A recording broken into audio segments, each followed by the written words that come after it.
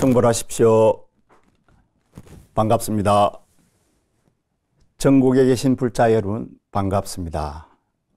소납은 부산 진구 가야 대원사에 살고 있는 법지라고 합니다. 이렇게 BTN 방송을 통해서 만나게 된 것을 영광으로 생각합니다. 오늘은 이 자리를 통해서 출가 제리에 관해서 한 말씀 드려봅니다. 출가라 그러면은 속세를 떠나서 구도자가 되는 것을 말하죠. 그 다음에 이제 번뇌를 끊고 성자가 되는 길을 선택하신 분을 출가했다라고 그럽니다. 저는 이 자리에서 하나를 더 보태어서 삼독을 끊은 사람, 삼독을 버린 사람, 또 삼집을 버린 사람을 출가라고도 한번 생각을 해봅니다. 소 제목을 한번 붙여본다면은 유서덕의 출가라는 제목으로 부연 설명을 좀 더 드릴까 합니다. 먼저 개념부터 한번 살펴보면은 우리 불교에서는 무소덕이라는 말을 많이 씁니다. 무소덕은 본래 자리로 돌아가는 것, 부처님이 되는 것, 성불하는 자리, 자성의 자리로 돌아가면 이제 무소덕이 됩니다. 근데 저는 이제 유소덕의 출가라 그랬습니다. 유소덕이라 그러면은 어떤 행위를 통해서 결과가 나타나는 것, 이익이 있는 것을 유소덕이라 그럽니다. 출가는 이제 조금 전에 개념 정리를 한번 해드렸고요. 또 출가라 하면은 진출가가 있고 가출가가 있다고 할 수 있겠습니다. 진출가라 그러면은 마음도 출가하고 몸도 출가하고 완전히 속세를 떠나서 열심히 수행 정진하는 분을 진출가로 볼 수 있겠고, 가출가라 그러면은 머리를 깎고 출가는 했으나 몸도 마음도 출가를 하지 못한 사람, 가짜 출가자라고 할 수 있겠죠.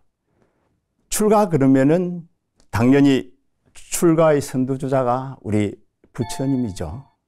부처님이 출가는 정말 대단합니다. 본래 왕자의 신분이었으니까 말입니다. 그죠?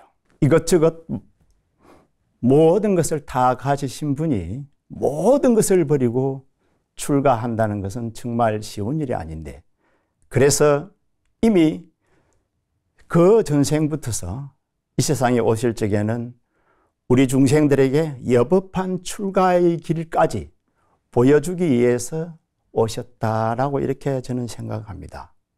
그러면 출가의 목적을 한번 생각해 보면은 한번 합장을 하고 눈을 감고 한번 들어보실랍니까? 자, 합장해 주시고 5분율에 나와 있는 부처님의 출가의 목적을 제가 한번 독송을 해보겠습니다. 나는 하늘에 태어나기를 원하지 않는다. 많은 중생이 죽음의 고통 속에서 있지 아니한가. 나는 이를 구제하기 위하여 궁을 나서는 것이다. 위 없는 깨달음을 얻기 전에는 결코 돌아오지 않으리라. 조금 전에 바로 우리 서가모니 부처님께서 출가를 선언하시고 계십니다. 참 장엄하시죠? 위 없는 깨달음을 얻기 전에는 결코 돌아오지 않으리라. 중생이 죽음의 고통을 받고 있지 아니한가. 이것을 해결하기 전에는 돌아오지 않겠다는 겁니다. 깨달음을 얻어서 모든 중생을 구제하겠다는 원이 들어 있습니다. 물론 이 속에는 출가 동기 속에 부처님께서 사문을 유관하시고 동서남북 네 궁전의 문을 드나들면서 동쪽으로 나가서는 늙으신 분을 보고, 늙어서 등이 활처럼 휘어진 분을 보고, 남쪽에 가서는 병들은 분을 보고, 또 서쪽 문을 나가서는 이제 돌아가신 분, 상해를 나가는 것을 보고 많은 생각에 잠깁니다.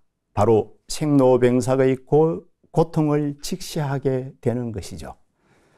그리고 나서 언젠가 북쪽문으로 나가서는 바로 출가한 사문, 수행자를 보게 됩니다. 그 당당한 수행자를 보고는 출가를 결심하죠. 그렇게 출가를 결심해서 깨달음을 얻어서 49년 동안 중생을 더불어서 같이 함께 합니다. 이 출가에 관한 그 목적은 또 성가기감을 보면은 잘 나와 있습니다. 우리 서산대사의 그 성가기감 가장 또 이상적인 출가의 내용이 담겨 있습니다. 출가 유성이 기 세사호와 비구 안일야며 비구 옴포야며 비구 맹리야라 위 생사야며 위담 번뇌야며 위 속불 해맹야며 위 출삼계 도중생야라. 출가라고 하는 것은 우리나라 서산 스님이 정리하기를 명예나 이익을 구하는 것이 아니고 더더욱 안위를 구하는 것도 아니다. 배부름을 구하는 것 또한 아니다. 옴포를 구하는 것이 아니라는 거죠. 잘 먹고 잘 살기 위해서 출가하는 것이 아니다. 그러면 무엇이 출가이냐? 바로 이 출가는 위생사야라. 생사를 해결한다. 생사대사를 끊는다. 윤회를 끊기 함이라는 것이죠. 그 다음에 번뇌를 끊기 함이고 위속불해맹야라. 속불해맹이라는 것은 부처님의 해맹을 잇겠다는 거죠. 부처님의 목숨을 잇겠다는 것입니다. 그 다음에 위출상계 도중생야라. 상계를 벗어나서 중생을 제도하겠다는 이제 원이 들어 있습니다. 그래서 제가 유서덕의 출가를 말씀드린다고 그랬죠. 그래, 유서덕의 출가는 사실은 조금 전에 출가 목적하고 같기는 같되 조금 달리하는 부분이 있습니다. 지금 시대는 거의 개인주의 시대라고 보면 됩니다. 자기를 위한 시대. 동산양자상 사친서에 보면은 일자 출가에 구족이 생천이라. 자식이 하나 출가를 하면은 구족이 생천한다. 나로부터서 직계로 위로 고조부까지, 정조 고조부까지, 밑으로는 정손 헨손까지 이제 천상에 나는 낙을 받는다는 겁니다. 이 말은 나를 희생시켜서 모든 우리 가족을 다 구하겠다는 말이 들어있죠. 그런데 지금은 그런 시대가 아니죠. 자기 자신을 위하는 시대다. 물론 자기 자신을 위하는 것이 바로 가족을 위하는 것이니까 특별하게 뭐 다를 바는 없지만, 그렇지만은 가만히 살펴보면은 또 엄연하게 이제 다른 점이 있습니다. 그래서 유소덕의 출가라 그러면은 이것 또한 자유자재를 넣는 겁니다. 이렇게 삼독심으로부터서 자유자재. 제가 처음에 시작하면서 말씀을 드렸죠. 탐내고 성내고 어리석음.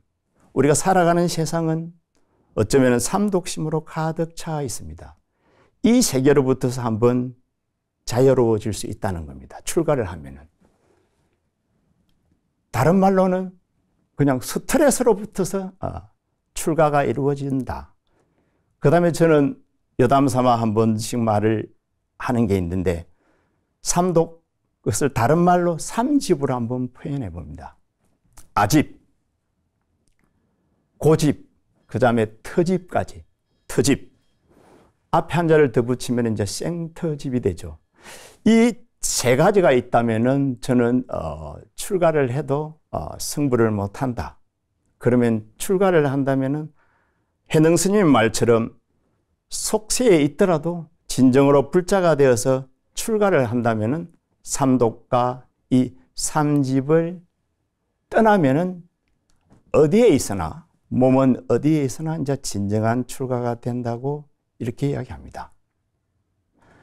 이것은 심적으로 얻는 유소덕이라고 보면 되고, 그 다음에 하나는 이제 육체적으로 얻는 유소득, 몸이 얻는 소득이죠.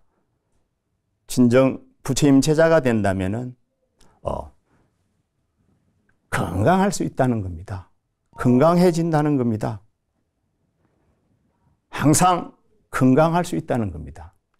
왜냐하면 부처님 법에 기여해서 착실하게 수행을 해 나간다면 내가 발전하고 있는 것을 봅니다. 젊은이들은 창조력이 향상이 됩니다. 그 다음에 긍정적인 사고가 생겨나 버립니다. 수행을 하면은 불교에 기여를 하고 진정한 출가를 이루면은 자기도 모르게 긍정적인 사고들이 생겨나게 되어 있습니다. 그렇게 되므로 인해 가지고 우리는 현대인들이 많이 앓고 있는 우울증, 그 다음에 트라우마, 징크스 같은 것을 극복할 수가 있습니다. 자기도 모르게 우리는 우울해하고 있습니다. 또 자기도 모르게 직업적으로라든지 기타 등등의 이유에 의해서 트라우마라든지 징크스에 갇혀 사는 경우가 많습니다. 착실한 수행자가 되고 착실한 불자가 되면은 이와 같은 트라우마, 징크스, 우울증에서는 벗어난다고 생각합니다. 일전에 읽은 책이 한 권 있는데 그 속에 보면은 그 책은 지금 총무원장을 하고 계시는 진우 스님의 책이었습니다. 책 제목은 두려워하지 않는 힘인데 그 내용이 하나 참 재밌는 부분이 있었습니다. 그 내용을 보고 생각한 것은 트라우마의 징크스에 자기의 또 모르는 자기 착각에 사람은 잡혀 살 수 있구나. 이 부분을 해결하는 것은 어쩌면 불교일 수 있다라는 생각에서 한번 그 이야기를 에피소드를 말씀을 드려봅니다. 미국의 어떤 기부인이 배가 고파서 샐러드를 먹기 위해서 이제 식당으로 들어갔습니다. 식당에 가서 이제 좋아하는 야채와 샐러드를 한껏 접시에 담아서 이제 자리를 찾아보니까 좋은 자리가 있어서 그 위에 올려놨습니다. 올려놓고는 가만히 보니까 포크를 안 가져온 겁니다. 그래서 포크를 가지러 다시 이제 갔다 오니까 어떤 젊은 흑인이 앉아서 자기가 갖다 놓은 샐러드, 그 야채 샐러드를 먹고 있는 겁니다. 그래 기분이 생각하니까 마음은 좀 언짢죠. 그래도 웃자기라 그냥 옆에 앉아서 같이 먹습니다. 한참 먹으니까 그 흑인도 젊은 청년인데 참 괜찮은 청년인지 다 먹고는 거기다가 그 커피까지 갖다 주는 겁니다. 그래서 커피까지 잘 얻어 마시고 그 다음에 이제 자리를 틀고 일어났습니다. 일어나가지고 이제 바깥으로 간다고 나갔습니다.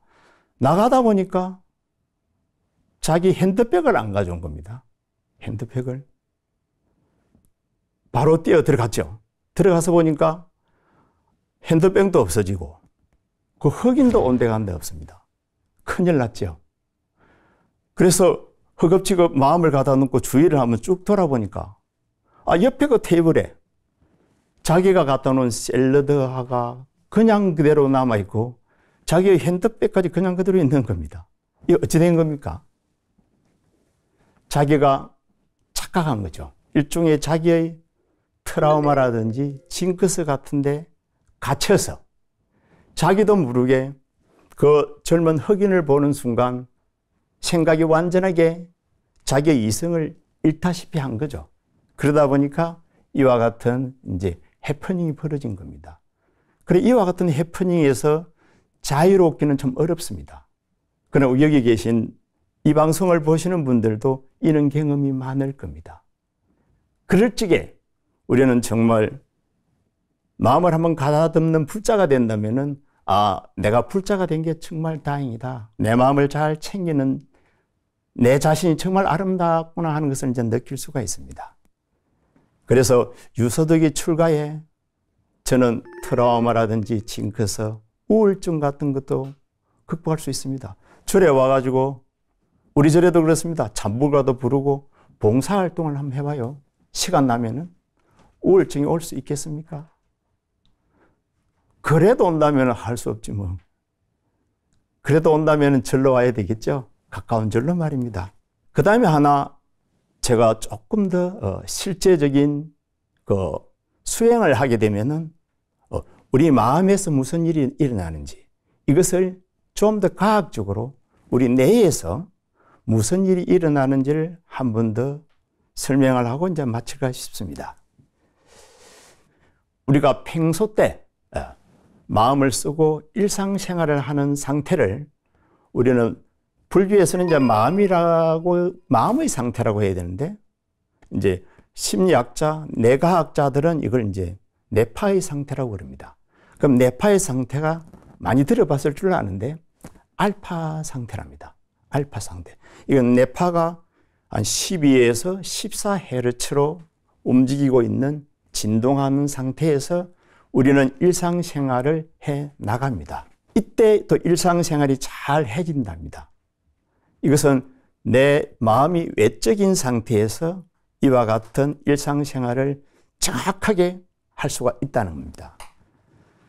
그런데 이제 참선을 통해서, 자선을 통해서, 명상을 통해서 마음이 외적인 상태에서 내적인 상태로 내려앉으면은 우리 마음은 이제 알파 상태가 된답니다. 알파 상태는 이제 헤르츠로 본다면 8에서 한 12Hz 사이랍니다. 아까 베타 헤르츠보다는 진동의 폭이 부드러운 상태입니다.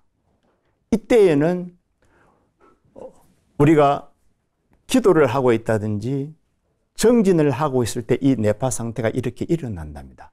하나에 집중을 하고 있을 때 이와 같은 뇌파 상태. 이것을 현대말로는 집중적 긴장 해방 상태. 하나의 하두라든지 하나의 연불에 집중하게 되면 긴장이 해방된답니다. 그러면서 내적인 알파 상태로 돌아온다는 거죠.